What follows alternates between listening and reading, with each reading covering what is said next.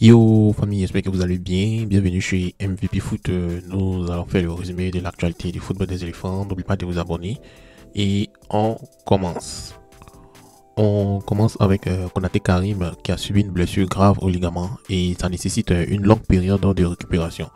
En conséquence, il doit mettre un terme à sa saison 2024-2025.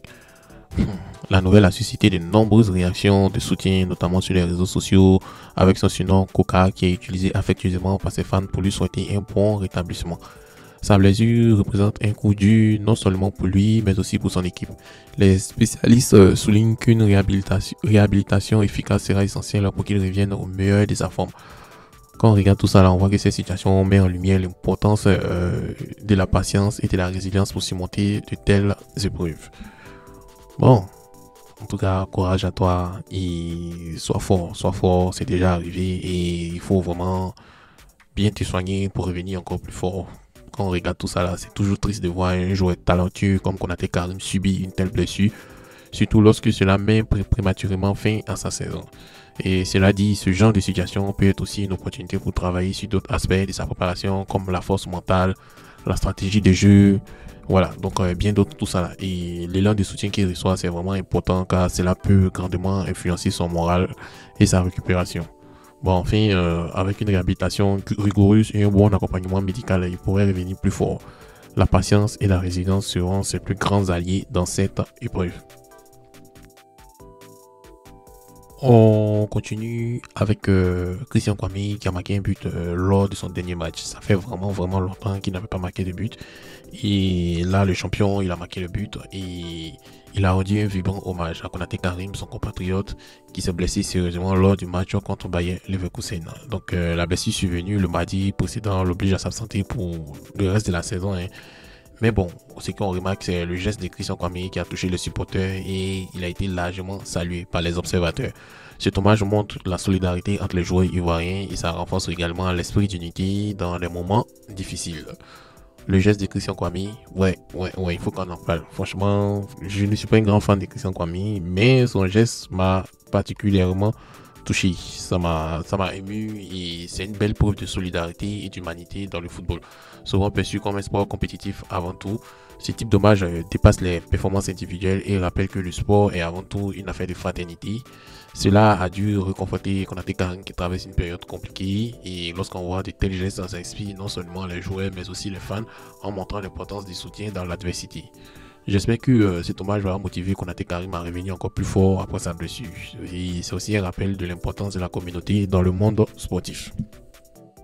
On va continuer, on va faire un peu de pub, hein, voilà, donc je reçois beaucoup de messages avec dans Facebook, aussi sur WhatsApp. Il y a d'autres qui me demandent est-ce que je peux les aider pour les pages, c'est-à-dire les aider, les accompagner pour les pages, c'est-à-dire pages YouTube ou Facebook. Voilà, ça c'est dans mon champ de compétences. Donc pour ceux qui veulent que je les accompagne dans la création de leurs pages YouTube ou leur page Facebook jusqu'à ce qu'ils soient monétisés, s'ils sont dans un pays monétisable, je suis là, je peux vous aider moyennant un petit quelque chose. Voilà, donc pour ceux qui sont intéressés, je vais mettre mon numéro WhatsApp où vous allez m'écrire aussi. Vous pouvez vous connecter aussi au Discord pour discuter directement avec moi.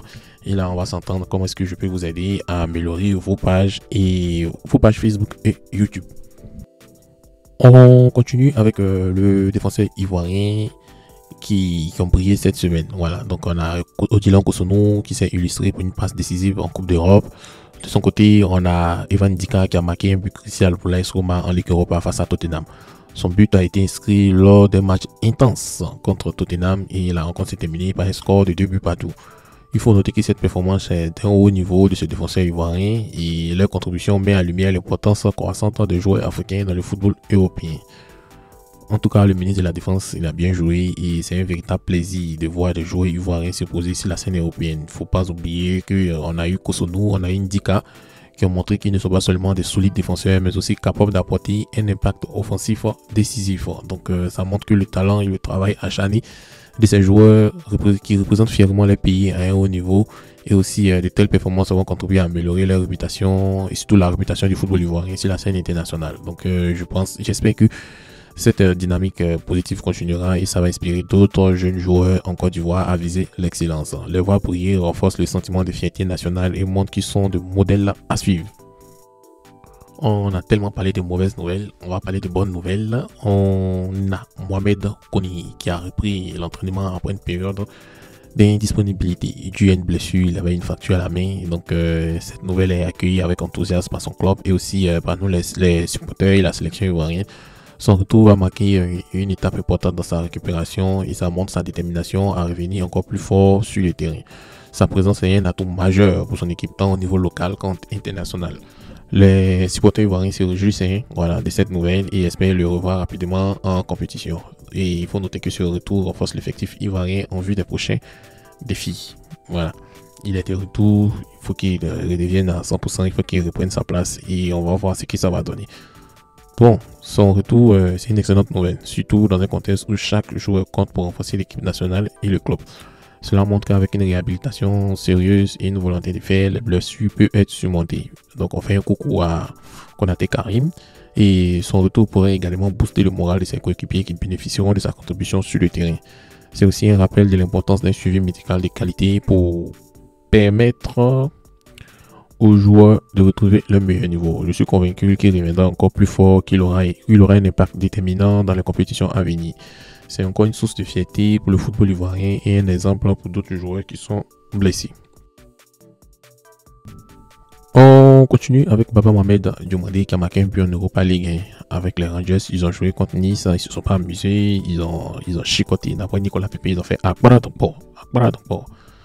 Gros match, ils ont vraiment gagné et l'Ivoirien inscrit le deuxième but de son équipe contre Nice et son but contribue à un excellent début de saison. C'est déjà son troisième but cette année et ça montre sa régularité devant les buts. Sa performance a été saluée par les fans et son club et le match a montré aussi l'impact croissant des joueurs ivoiriens en Europe. Voilà, Diomandé confirme son rôle clé dans l'entrejeu de Glasgow Rangers. Donc il faut noter que sa performance est une nouvelle preuve de la montée en puissance des footballeurs ivoiriens sur la scène européenne.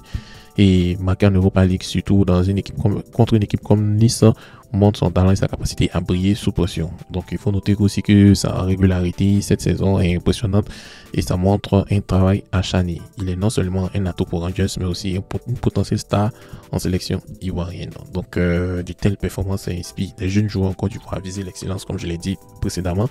Et j'espère qu'il va continuer sur cette lancée et qu'il va devenir un pilier dans son club et surtout dans son pays. Ça va montrer également la fierté nationale et montrer la richesse du vivier ivoirien dans le football mondial. On continue avec Oumar Diakité qui s'est exprimé en conférence de presse sur sa récente forme et les critiques reçues. Il a dit que les performances d'un joueur ne se limitent pas aux statistiques.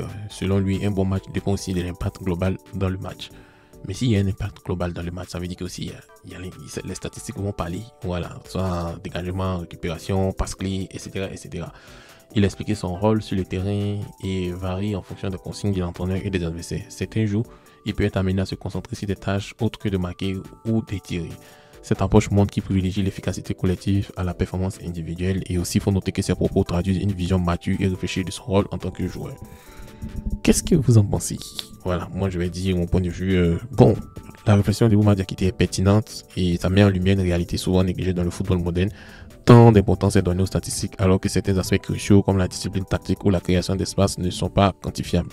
Donc sa maturité montre qu'il comprend les besoins de son équipe, qu'il est prêt à se sacrifier ses performances personnelles pour le bien collectif. Et cela démontre également une certaine intelligence de jeu et un professionnalisme exemplaire. Mais il est vrai que les stats restent un outil de mesure clé dans le football et ce qui peut expliquer les critiques. Son équilibre entre ces deux perspectives sera essentiel pour qu'il évolue à haut niveau. Voilà, donc c'est bien beau qu'il fasse tout ça là, mais il faut qu'il corrige ses statistiques. On va terminer avec Malik Eyalkouye qui a brillé une fois de plus avec son gaz en Ligue des Champions. Et je vais continuer à parler de lui jusqu'à ce qu'il vienne en équipe nationale. Voilà, ça c'est ma mission de 2024 à 2025. Le joueur ivoirien s'est distingué par sa domination dans plusieurs aspects du jeu. Il a remporté un grand nombre de duels dans le match. Il a remporté 11 duels, il a provoqué plus de fautes avec un total de 6. Il a également réalisé 3 tacles et le chiffre le plus élevé de la rencontre. Ces statistiques montrent son influence et son impact sur le milieu du terrain. Donc ses performances sont très appréciées au niveau de son club de Sturm Graz. Voilà. Donc qu'est-ce que vous en pensez de Yannick Eyalkouye? Donc, chers amis, c'est tout pour aujourd'hui. J'espère que cette vidéo vous a plu. Et puis, n'oubliez pas aussi, hein, pour ceux qui veulent améliorer les pages Facebook et chaînes YouTube, je suis là et n'oubliez pas que je peux vous aider. Merci, passez une